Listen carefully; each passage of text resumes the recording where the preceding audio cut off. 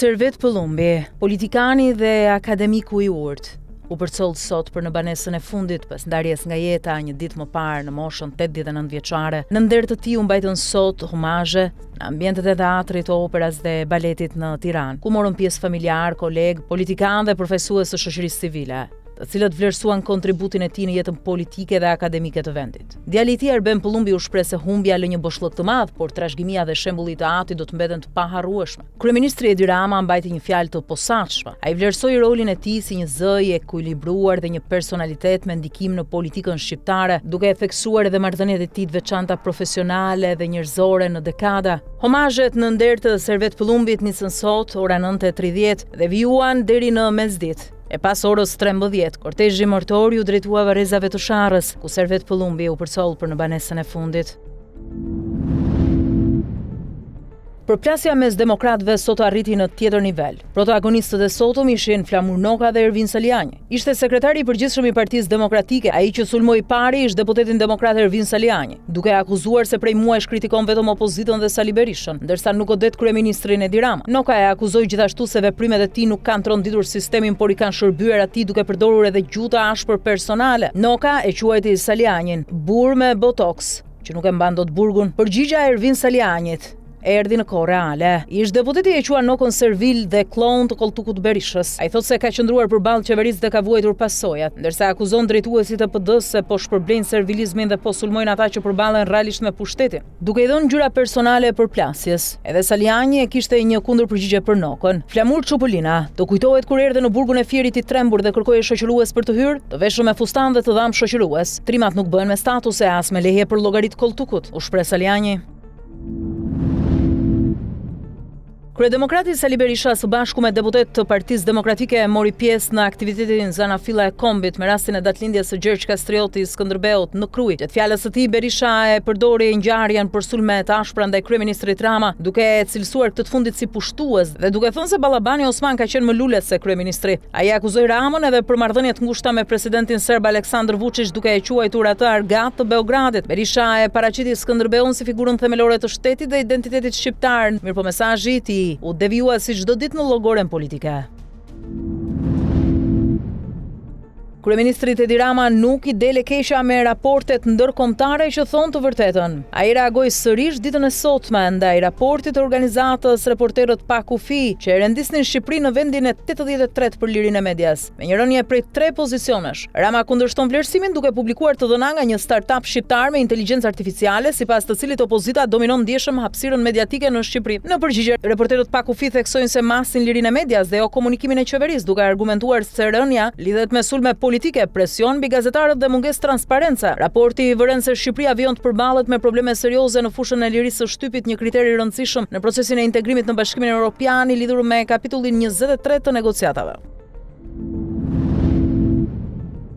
Ish kandidati I Bashkisë Kuçov Lefter Maliqi I bën thirrje Komisionit Qendror të Zgjedhjeve që të rifillojë procedurat për heqjen e mandatit të kryebashkiakut aktual Kreshnik Hajdari. Sipas Maliqit, vendimet gjyqësore kanë lënë në fuqi shqyrtimin e çështjes nga KQZ në kuadër të ligjit të dekriminalizimit, duke kërkuar që institucioni të veprojë me urgjencë. Ai akuzon institucionet për zvarritje të procesit dhe pretendon se çështja ka zgjatur prej 3 vitesh. Në deklaratën e tij Maliqi ngre akuza të forta ndaj kryebashkiakut të Kuçovës, duke pretenduar se ai duhet ishte shkarkuar më herët për shkak të problemeve ligjore dhe dënimeve të mëparshme. Ai thekson se betejë e tij është ligjore dhe morale dhe kërkon zbatimin e menjëhershëm të ligjit të dekriminalizimit. KQZ ende nuk ka dhënë një vendim përfundimtar mbi kërkesën e tij, ndërsa çështja mbetet e hapur në shqyrtim institucional.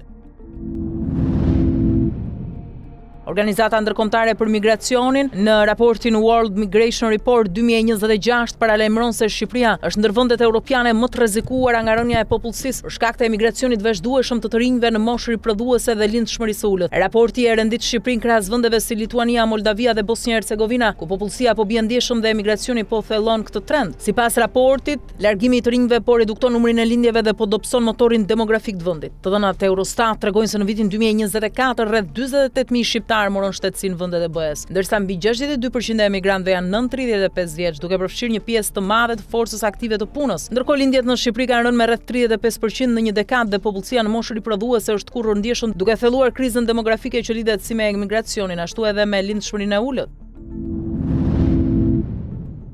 Sipas të dhënave të publikuara nga Eurostat, rreth 45% e familjeve me fëmijë në Shqipëri janë në rrezik varfërie ose përjashtimi social, një nivel gati 2 herë më i lartë se mesatarja e Bashkimit Evropian që është 22.1%. Treguesi me atë rrezikun e varfërisë, privimin material dhe social si edhe intensitetin e ulët të punës në familje, në Shqipëri kjo do të thotë se një pjesë e madhe e familjeve me fëmijë jetojnë me të ardhura nën 60% të mesatares kombëtare ose nuk arrin të përballojnë shpenzime bazë si faturat, ushqimi, pushimet apo emergjencat financiare. Për familjet pa fëmijë, niveli i rrezikut është rreth 37%, gjithashtu shumë i lartë se mesatarja europiane prej 19.8%. Në krahasim rajonal, Shqipëria renditet ndër më të prekurat, e ndjekur nga Mali i Zi, Maqedonia e Veriut dhe Serbia. Kjo tregon një hendek të theksuar social dhe ekonomik në Ballkanin Perëndimor. Raporti thekson gjithashtu se në shumë vende të BE-s, përfshirë Spanjën, Rumaninë dhe Bullgarinë, rreziku i varfërisë për familjet me fëmijë mbetet i lartë, por gjithsesi nën nivelet e Shqipërisë. Në përgjithësi të dhënat tregojnë se familjet me fëmijë në Shqipëri janë ndër më të ekspozuarat ndaj varfërisë në Europë, duke reflektuar sfida të mëdha ekonomike dhe sociale në vend.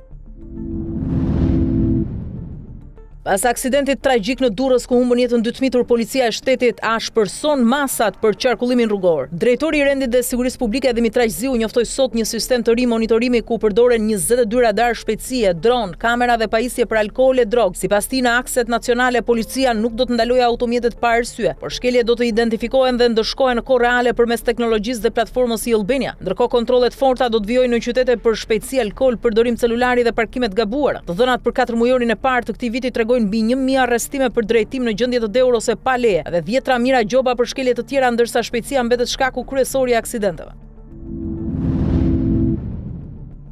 Policia e Tiranës ka zhvilluar një operacion kundër aktivitetit paligjshëm të këmbimit valutor, duke sekuestruar shumë të konsiderueshme parash në 3 subjekte që vepronin pa licencë. Kontrollet u kryen në rrugët Abdyl Frashëri, Sokrat Mio dhe Sulejman Delvina, ku u gjetën 45.000 euro, 7.000 dollar, 3.000 pound dhe 1.5 milion lekë. Policia njofton se ndaj 3 pronarëve ka nisur hetime për ushtrim aktiviteti financiar pa licencë, ndërsa kontrollet për goditjen e aktivitetit paligjshëm të këmbimit valutor vijojnë në Tiranë.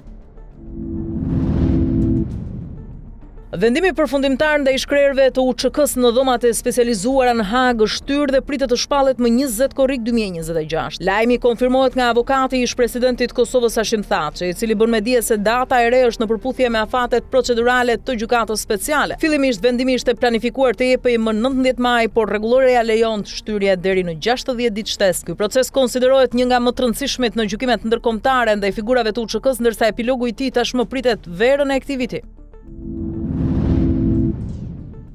Autoritetet e antimafias italiane në Napoli kanë goditur një grup kriminal të lidhur me trafikun e drogës, i cili shërbente si nyje bashkëpunimi me organizata kriminale shqiptare. Sipas mediave fqinje, hetimi i zhvilluar mes viteve 2020-2023 ka çuar në ekzekutimin e 14 masave ndalimi dhe sekuestrimin e sasive të konsiderueshme kokaine dhe hashashi. Grupi dyshohet se drejtohej nga Vincenzo Di Lauro dhe operonte në disa zona të qytetit, duke gjeneruar fitime të mëdha nga trafiku i drogës. Autoritetet italiane theksojnë se rrjeti kishte lidhje të drejt për drejta me struktura kriminale shqiptare, të cilat siguronin furnizimin me kokainë dhe kanabis, duke shtrirë aktivitetin në tregje të ndryshme të drogës në Itali. Hetimet vijojnë ndërsa operacioni konsiderohet një goditje e rëndësishme ndaj klaneve historike mafioze dhe bashkëpunimit të tyre ndërkombëtar.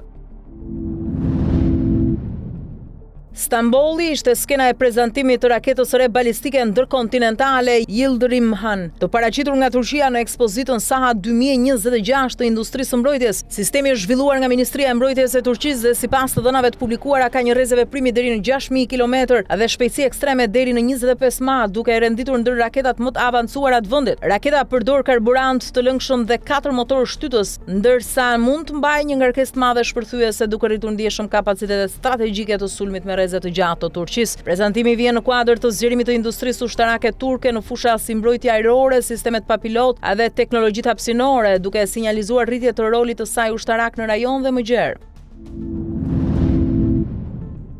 Korpusi i Gardës Revolucionare Islamike njoftoi sot se ngushtica e Hormuzit mund të rihapet pasi të kalojnë kërcënimet nga agresorët, duke sinjalizuar lehtësim të mundshëm të tensioneve në një nga rrugët më strategjike të tregtisë globale të naftës. Sipas mediave ndërkombëtare, Irani ka vendosur edhe një mekanizëm të ri monitorimi për trafikun detar, ku anijet do të duhet marrin leje tranziti përpara kalimit në ngushticë. Detajet e zbatimit mbeten ende të paqarta. Në të njëjtën kohë, raportime nga Shtëpia e Bardhë dhe media ndërkombëtare flasin për një ngadalësim të përkohshëm të operacioneve amerikane dhe një shtysë të re drejt një marrëveshje me Iranin që përfshin çështjet bërthamore, sanksionet dhe lirinë e kalimit në Hormuz. Presidenti amerikan Donald Trump deklaron se SHBA-t po presin progres në negociata, ndërsa tensionet mbeten të larta mes paralajmërimeve për rikthim të masave ushtarake dhe përpjekjeve diplomatike për një marrëveshje të mundshme. Sonte ora 21, Bayern Munichu dhe Paris Saint-Germain përballen në ndeshjen e kthimit të gjysmëfinales së UEFA Champions League pas një dueli të parë spektakolar që përfundoi 5-4 për Paris Saint-Germain në Paris. Takimi i parë në Parkun e Princave u konsiderua një nga ndeshjet më dramatike të sezonit, duke lënë gjithçka të hapur për sfidën në Munich, ku Bayerni kërkon përmbysjen para tifozëve të vet, ndërsa Paris Saint-Germain mbron avantazhin minimal. Fituesi i kësaj përballje do të bashkohet me Arsenalin në finalen e 30 majit në Budapest. Të dyja ekipet kanë mungesa për shkak dëmtimesh, ndërsa pritet një ndeshje me ritëm të lartë dhe shumë vendimtare për fatin e kualifikimit.